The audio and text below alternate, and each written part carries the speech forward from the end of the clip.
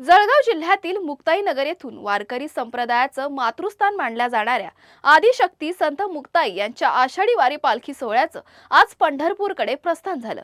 विशेष म्हणजे गेल्या काही दिवसांपासून पावसाने दडी मारल्याने शेतकरी चिंतेत होते। अनेक दिवसांच्या प्रतीक्षेनंतर पालखी प्रस्थानाच्या दिवशीच वरुण राजाने दमदार हजेरी लावल्याने वारकरी आणि शेतकऱ्यांमध्ये आनंदाचं वातावरण पाहायला मिळालं। भर पावसातही वारकरी, माळकरी, टाळकरी तसेच संत मंडळींनी मोठ्या उत्साहात वारीत सहभाग घेतला। टाळ मृदुंगाच्या गजरात आणि विठ्ठल नामाच्या जयघोषात पालखी सोहळा पुढे सरकतोय।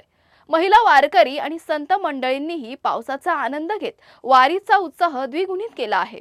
आज मुक्ताईचं प्रस्थान होत आहे आणि या ठिकाणी नामदार एकनाथ शिंदे साहेबांनी यांच्या आईच्या नावाने या ठिकाणी मागच्या वेळेस कबूल केलं होतं की चांदीच्या पालखीमध्ये मुक्ताईची पालखी जाईल।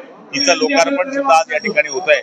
त्यामुळे या कार्यक्रमाला आम्ही तिघ मंत्री महोदय, आमदार महोदय या ठिकाणी आलेले आहेत आणि योगायोग असा आहे की आज मुक्ताईला येत असताना सरकारला शेतकऱ्यांना ज्या गोष्टीची गरज होती ते म्हणजे पाणी, या पावसाची सुरुवात सुद्धा जळगाव जिल्ह्यामध्ये दमदार झालेली आहे। ही मुक्ताईचीच कृपा आहे, म्हणजे परमेश्वराशिवाय कुठल्याच गोष्टी यशस्वी होऊ शकत नाही आणि ते परमेश्वराने आज हा दिलासा आम्हाला दिलेला आहे।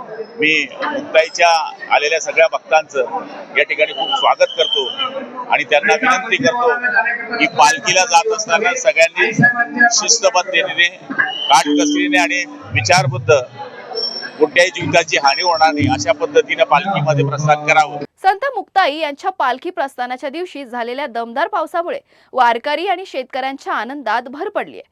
टाळ मृदुंगाच्या गजरात आणि विठ्ठल नामाच्या जयघोषात पंढरपूरकडे निघालेली ही वारी आता भक्ती, परंपरा आणि निसर्गाच्या सुंदर संगमाची साक्ष देत आहे।